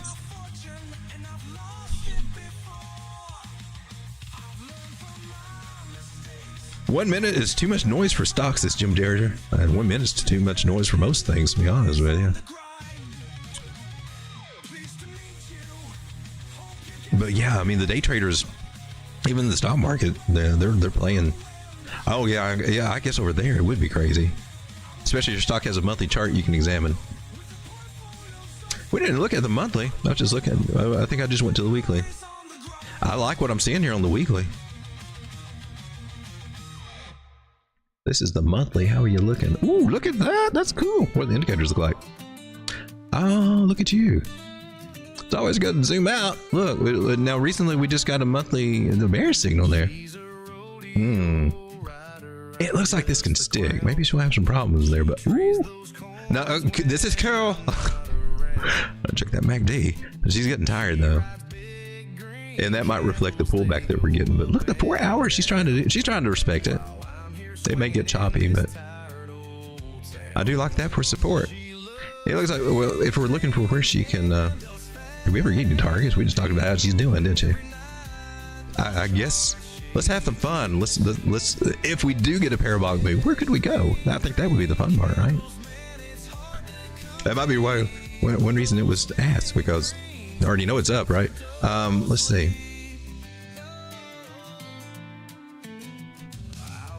You got a 786, did you really? All right.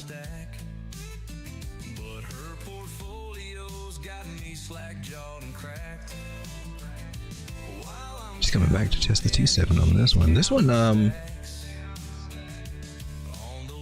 wow, okay, let me do it.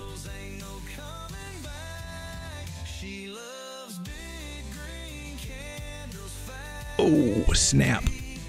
Now that looks like a good reversal point right there at 63. It does. And then retesting, yeah, this trend line, and also the 1.272 area.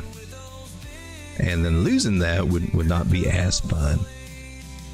But she is she has hit a top and definitely has hit resistance right there. Smacked her head right into it. So that's a good warning right there. I'm glad we did this. But she is trying to do so. I mean, she can still, you know, come down here, and if we let's see her pips, where we got her pips again.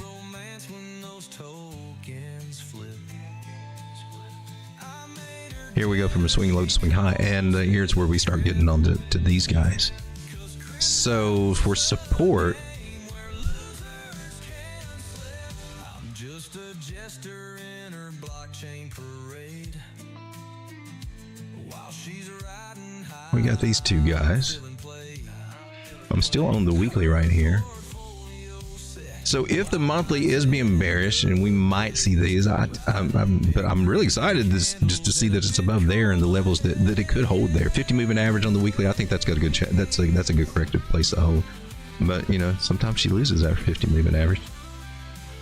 So if we were trying to make a bigger plan on where to get her, bounce off of here, 51 would be good, but I'm not sure about stocks. I wouldn't think that they would hold as much, but maybe they do. They don't hold as well in crypto. It's great when they do, but usually a 382 pullback from the bigger pools is what we will see.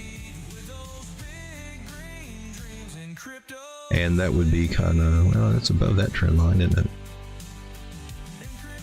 Any kind of retest of this trend line could even go lower, though. And that could happen. The 0.5 would be just right under it. So we're looking at possibilities. Possibilities. I'm kind of like a forecaster, I think. Doesn't mean I'm right, but you know, there's certain things to look at where it's likely to go. That's what the pivot points kind of help in forecasting, I guess, rather than, you know, a level by level kind of guy. Although I don't pay attention to that, but you know, I like to kind of forecast. I do that. So 44, and our worst scenario will be 38. Well, it's not the worst scenario, but the stock market, they act, they're a little bit different. So I can't speak in experience on how price action moves on the stock market, but I can speak on how this acts. But it's still got a nice little try. Thing is, when it loses the parabolic move, then that's pretty much, yeah, you need to be. And so the best strategy that I have got is the old trend line. And if that gets broken, well, then it's probably good. Your stop loss under there, last place to get paid, and about what drop straight down about $48. That's how I go. But I think it's got a chance to do something. Maybe go sideways, but that is a top area. So we'll see. But you do have your breakout, and regardless of that fib, I mean, they can recover and then start working. You know, we talk about waves. Speaking of waves, what do you say, Elliot? Third wave? Oh, that, yeah, it's promising right there. That goes right along with the retest. And projecting a bigger 618 move over here into $84. My first thing would be looking to see what happens here. And I think it's got a good chance to bounce. Even though you got a bear's cross here, that sucks. That's oh no! Oh! Road Dog, are you flip flopping? I'm just telling you what the bigger generals are saying, man. The bigger general says we're being bearish right now. Just like what we saw in Bitcoin when it happened. You can say, oh, so you can take that to, well, it looks like it's going to bounce. We can walk it off, but this one's saying it can probably go down. I think I would lean toward this one. Maybe that idea, maybe that means that it's crucial to see how it reacts here. That means it's crucial to see it could fake out, come down here. So I will leave it with that. I'll leave it with that. Short term, she looks bullish though, remember? So I guess it just depends on what you're playing. There could be some plays in between here. But the monthly is suggesting that, you know, she may not be all as bullish as we would hope. And it may be a minute before we see that happen. Usually does play out that way. I respect the hell out of the weekly MACD. And let's see if we can, oh my gosh, it's already an hour and a half. An hour and a half. And what time does that? 12:02. I think Joe is probably going to go live tonight, so I don't want to stay on till I want to go check him in. And I'm tired too. I'm very, very tired today. What was it? Where was the other one? I forgot it. BXSL. Let's see what it looks like. BXSL. Blackstone Secured Lending Fund. Ooh, Blackstone. Let's on the stocks. Let's do that. Let's make sure that we're zooming out. I'd hate to steer somebody wrong on something just because I wasn't responsible enough to zoom out to the time frame, especially when it comes to something on the stock market. Something I'm not in and familiar with. So that's just me being responsible here. You're looking like you're a little tired there. Looking a little tired there. Oh, about to could possibly get a reduction. VWAP's coming down. So she started to look tired on the monthly. That's not, but it's above the 9. That's good. Trend line still intact. That's promising.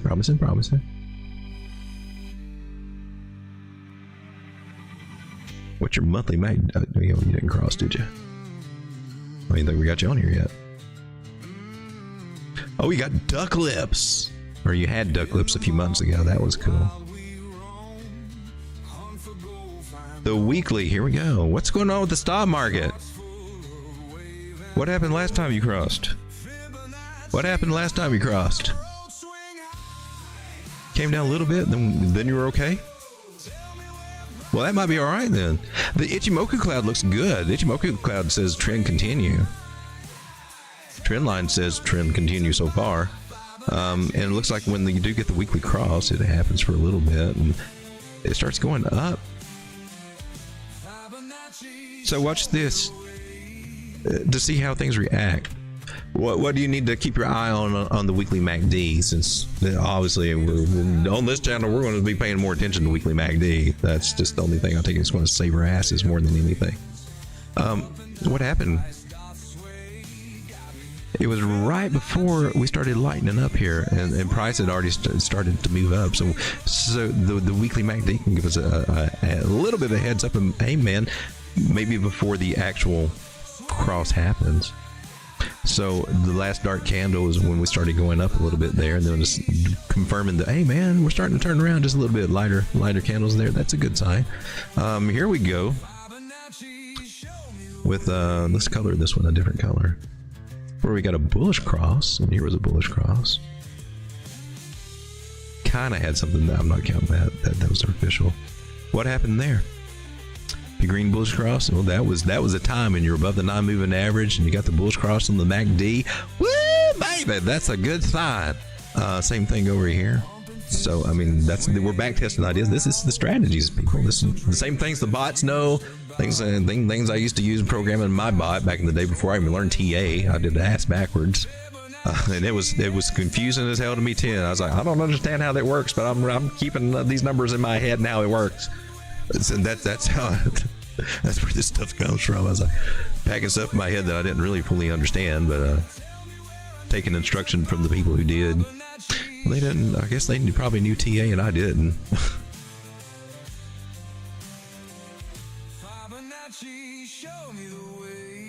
Jungle Boy says, I want to hit the chicken.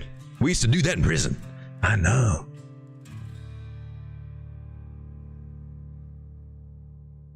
Chicken. Get them Chick-fil-A chicken patties. 10 stamps. Let's see. That chicken is Is it? Some people say that. It's been said before. Let me take the chicken off. I think she does do a lot of stuff. Yeah, look, that is kind of naughty looking at it. Where's the button for the chicken? I don't ever mean to keep her. Sometimes I forget and leave her up there. Sometimes I forget and leave lots of things up. We still got our girl there. I know you want to see Cassie. Look. Oh, look. Oh, the words are in the way. Oh man.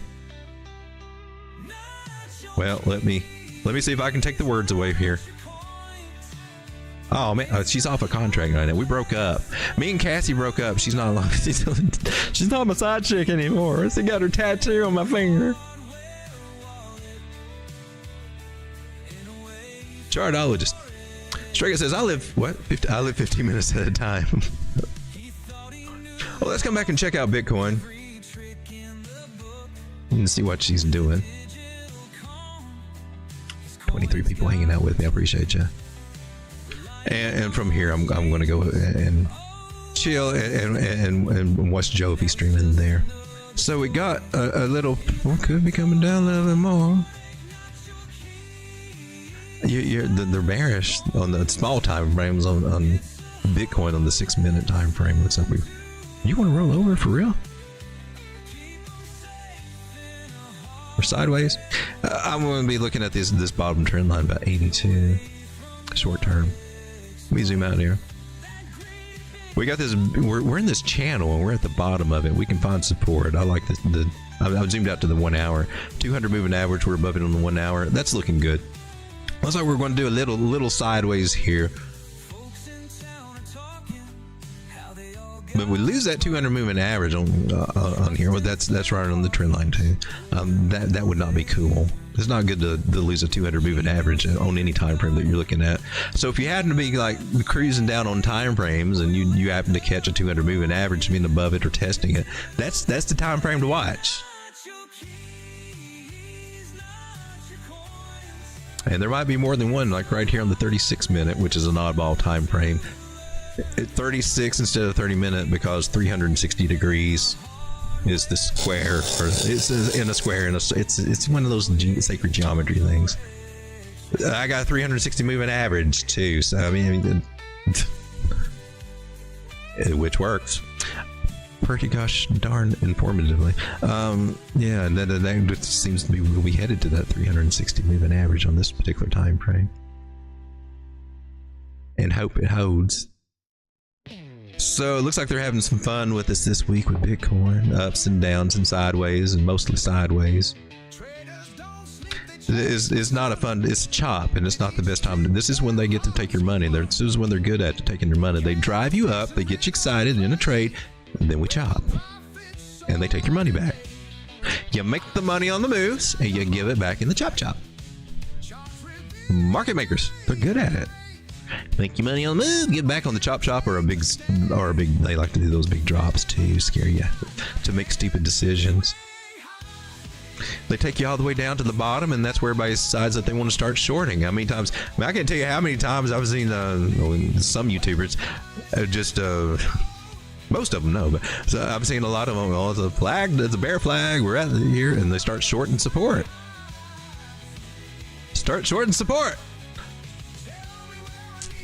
And they like to long resistance a lot, and those are the habits that we're trying to change, right?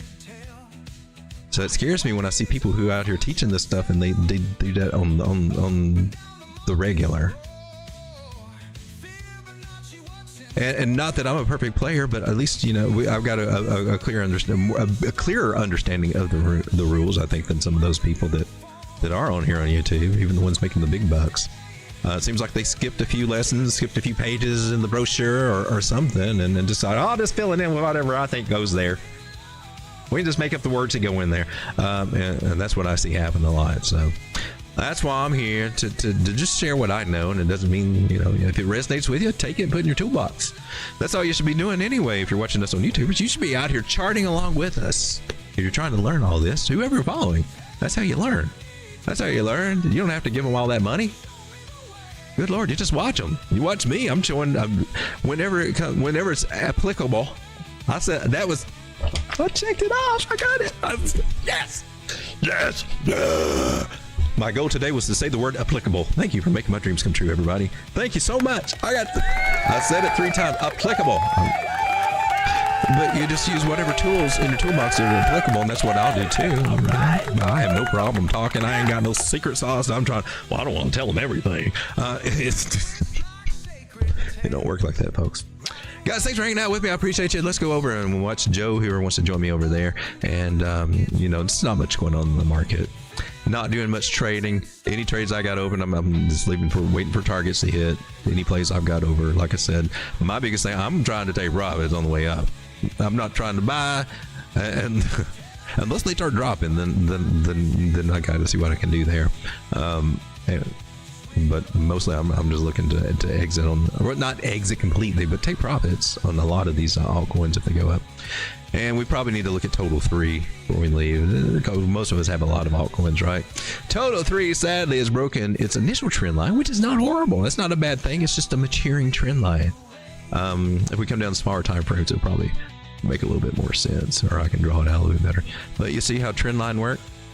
Look, she goes up here, she lost it, but this is a bullish sign when it wants to do that instead of come down, because this is what they normally do. And in a bear market, this is what you see, man. You lose a trend line, like, oh my God, we're dropping hard. It's scary AF, but that stopped happening a long time ago. And when you start getting bullish, well, you'll come down so much, and then woo. And after you hit a bottom, remember we talked about 3 humps and a dump? Well, you usually get that little Elliott wave, if you want to call it a wave, or you get those little waves up. Now this one might actually have 3 in, I don't know. But we got that trend line, which now become an internal trend line, because it's support resistance flip, basically just followed it. And then you take that bottom, and then you got a channel, right? It's maturing. Well, that broke. Right, and you can do a measurement move. They're not always the most accurate for a channel, but in general, they'll get you in the right vicinity. And looks like we did that. We'll take that idea, pull another line over here, and now you could either just keep channeling this out and say, "Oh man, we lost another channel." We're layering down, do the old what I call waffle pattern. I think a lot of people call it a waffle pattern. If you didn't know, if you go with channel theory and everything, this really turns into be like a big old chain link fence of all these little squares and things, the little channels. It's like how water just travels. I'm getting out here kind of crazy, but that it's true. But when it comes to trend lines, what we want to do is just watch this maturing trend line. And now if it breaks this one, I would be a little bit more concerned that we might be coming down, because now we've made a bearish pattern, which normally would come down. I believe, I can't remember, it's 52% chance. So flip a coin whether we're going to bounce here or not, basically.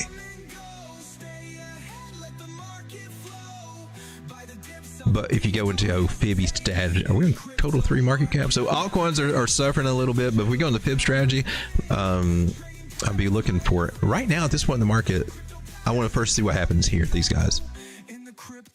And it looks like we might come down and visit these guys. May not be all at once, might just have to trickle down there.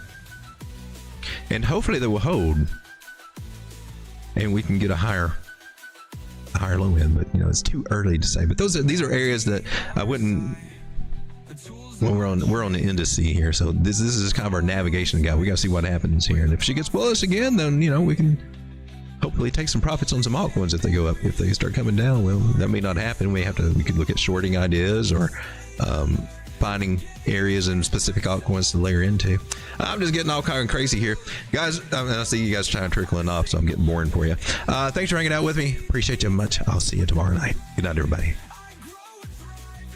I'll try to bring some more coins and stuff to the program tomorrow. Is tomorrow Thursday? No, it's not. Okay. Chart school will be on Thursday night, 8 p.m. Hopefully, if everything still goes well. See you guys later. Thanks for hanging out.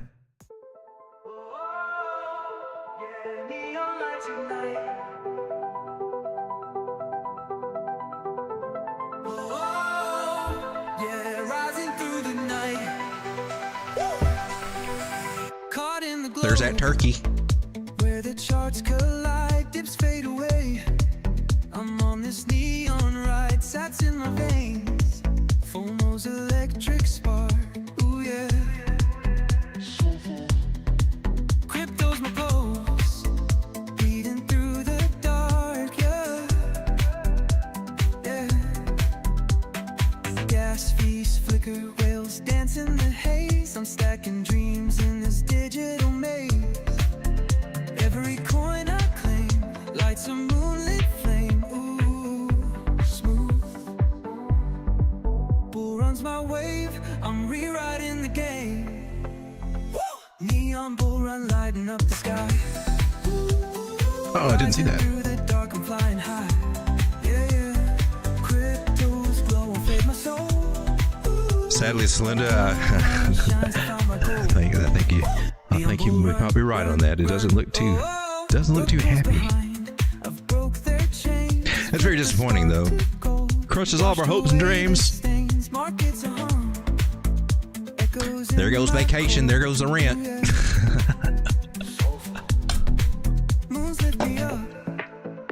I appreciate you, Celinda.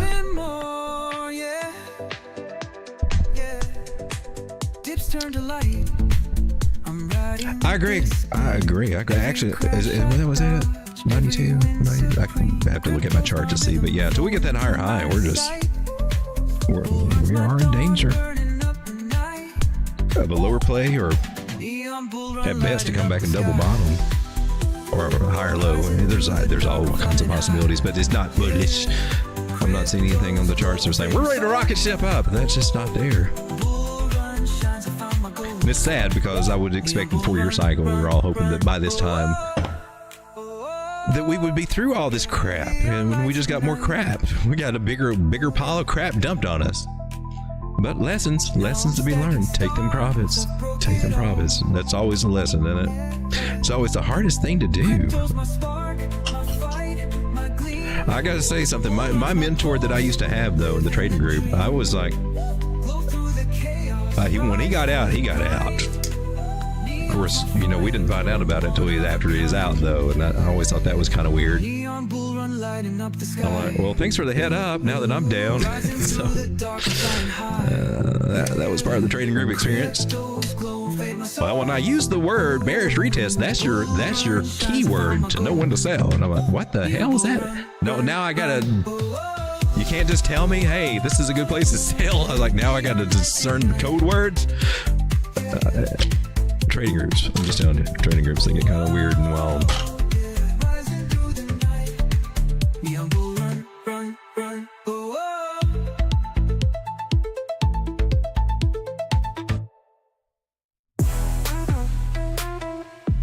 Thank you for that, because my stuff has not been working.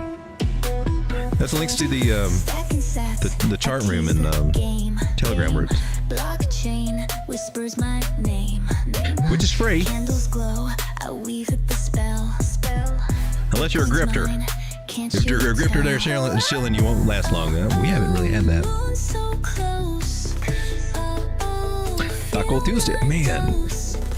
You always make me crave tacos.